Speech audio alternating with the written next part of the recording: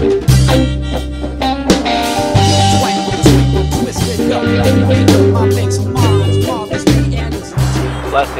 Cody Coyote here. It's been a little while since I've done a video. Thought I'd come out here and goof off a bit. Had the camera with me, so decided today I'm gonna do like a, I guess, survival style, primitive style fish hook. Make it kind of like a slash video. A little bit about the Bushcraft Northwest 01, which I've been carrying for a long time, and always wanted to kind of talk about it, but I don't like doing reviews. So anyway, this is where I'm going to start. Basically, what I've done is looked for trees that have splits where, you know, two branches are growing off. I'll come close and show you. Like this here, just cut it off there, cut it off at the top, keep one a little bit longer, and now I'm just going to shave them down. There's a couple tricks to this that make it actually efficient, so I'll get there and show you. But of course this side wants to be sharp, right? Center of the wood is the softest part, so if you kind of shave this point down to like a little edge, that would likely be better for a harder point anyway.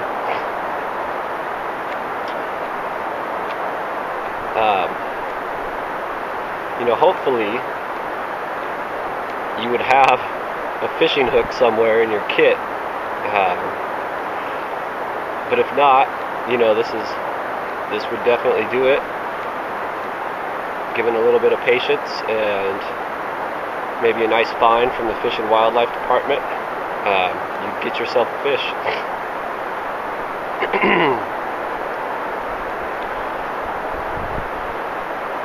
So I might be a little bit crude with this. It's because I'm not going to spend a whole bunch of time like I'm sitting by the fire at night whittling this. Just mostly for the sake of showing the basics here. One thing that I really like about this Bushcraft Northwest is that it's not oversized, and I've been finding, you know, with all these knives I keep getting that they're all so big, they're all so heavy, and they're, you know, especially like the spear point style wood lore knives and stuff. The tips they're almost non-existent, and it makes getting into little tight spots difficult. So I've really enjoyed this knife here because of just, you know, how fine it gets into little places, and definitely how sharp I can get it. It doesn't weigh a pound on your belt. Really nice to pack around. I carried a lot of times with me in the city, and it's not like a fearful looking knife. The handle on this thing is really beautiful. It's super thick and oval. You know, it kind of allows comfort in all grips. It's got these scallops here for sideways lever grips and you know, different kinds of holds, which is awesome.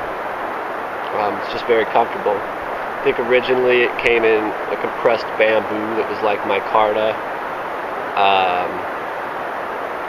I didn't get one of those. I talked to Mike at Bushcraft Northwest and ended up with this, which he had laying around, and I was very stoked because I actually like this wood handle. It's like I think it's called ebony, maybe it is, ebony wood handle.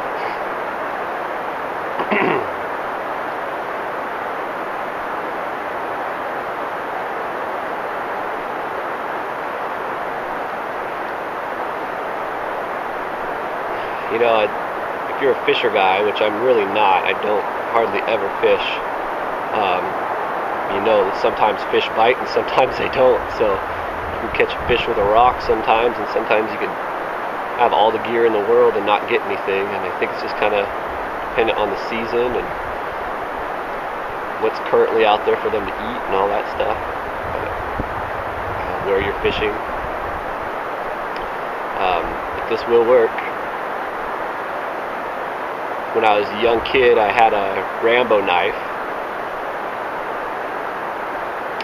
and took the fishing line out of that and the fishing hook, and there was this dock where all these guys were fishing, and nobody would catch anything all day long, and I took that little hook, put it on the string, rolled it up on a stick, dropped it off the edge with a piece of steak that we were barbecuing on there, and bam, had like a 48-inch fish.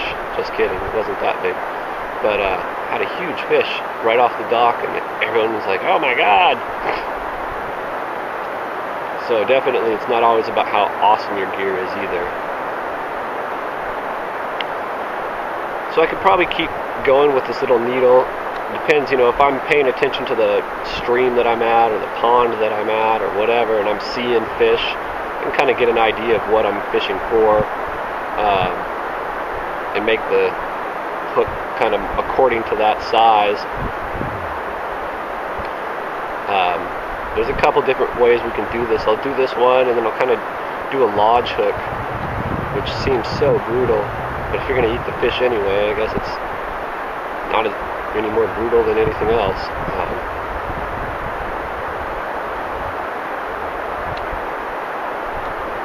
So this is kind of what I'm going for. I'll show you on this top part what I'm going to do next. And it's thin enough that I don't think I'm even going to saw it. I'm just going to clip this off here.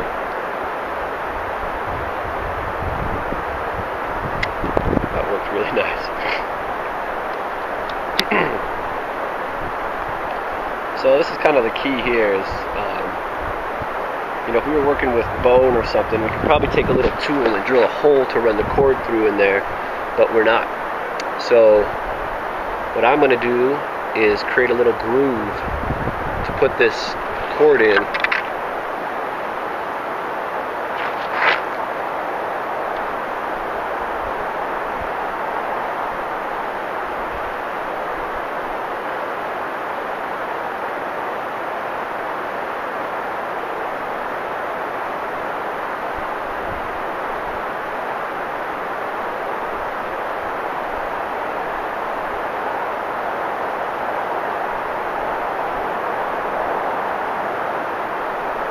And again, this is where that tiny little tip is really awesome to have. I'm going to do something that I wouldn't suggest, and I'm going to put my thumb on here.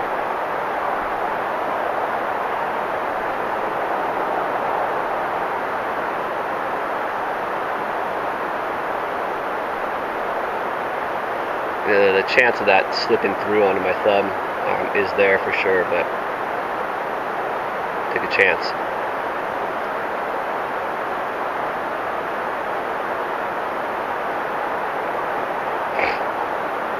Rather cut my thumb than an artery.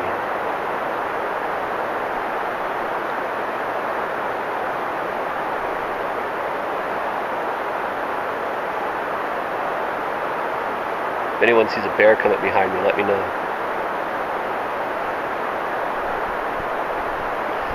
Walking out here, I was coming to a spot where I'd found deer sheds last year, and man, there's bones everywhere of something eaten.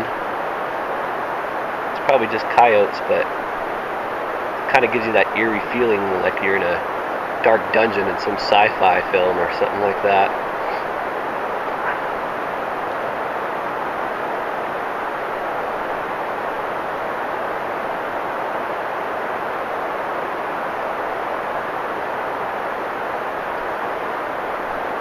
There may be sexier ways to do this, but you'll get the idea. You can work on it, make it all pretty. Even the hook part isn't quite as nice as I'd like it, but it'll probably work. I'll probably shave a little bit more off of here, and actually I might as well just do that since we're sitting here talking about it.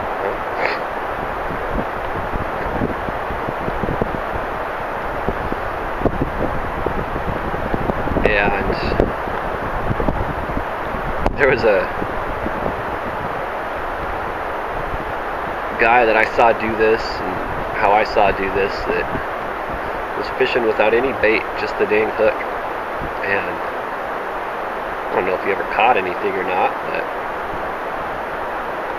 I would probably suggest putting something on there that wiggles or smells or something attractive at least. Shoot.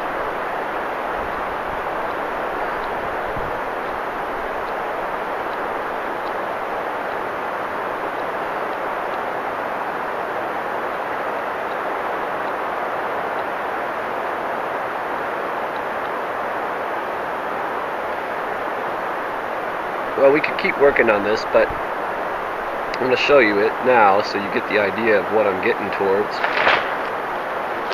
Is this right here.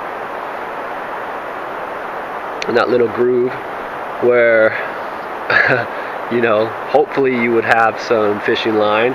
If not, take the inner strands out of some paracord. And in super worst case scenario, you'd have to try to find something. Maybe some brambleberry bushes and use the fibers in there, twist them up, which would kind of suck, but you know, that's maybe what it would have to come down to. So there's that there. Where did I do it, the rest of those? I had a couple more here that I was going to do for you, to show you, but I think what I'm going to do now is show you the lodging hook, which kind of makes me cringe. I already said that.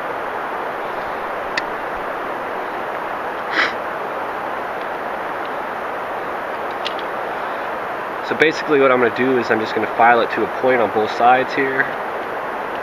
Not file it, but you get it. Definitely not the best with words. Lodge hook.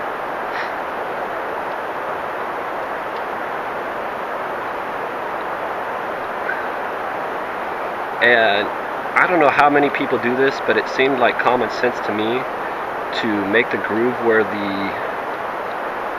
you're gonna tie the line on, not in the dead center, and I'll tell you why here as soon as I get this done.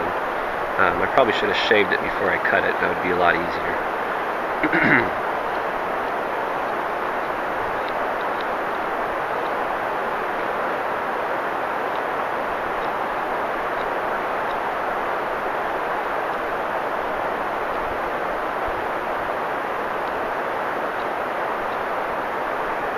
So this is really crude right now, but I'm going to just explain that groove in the center before I actually start cutting on it. And so the idea here is you put your line in the center,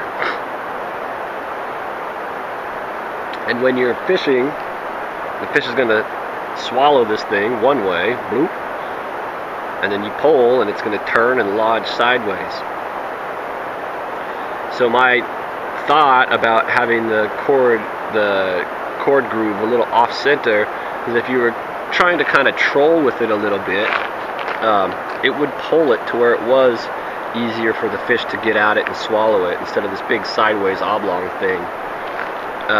You know, it might not make any difference at all, but anything that helps, I guess, is worth giving it a shot.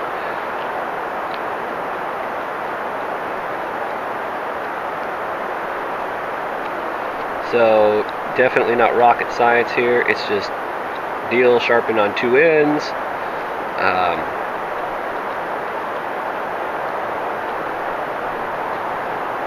I could make it all nice, rub it on a rock, do whatever the heck I want, just make it all nice. Put a little groove in the center.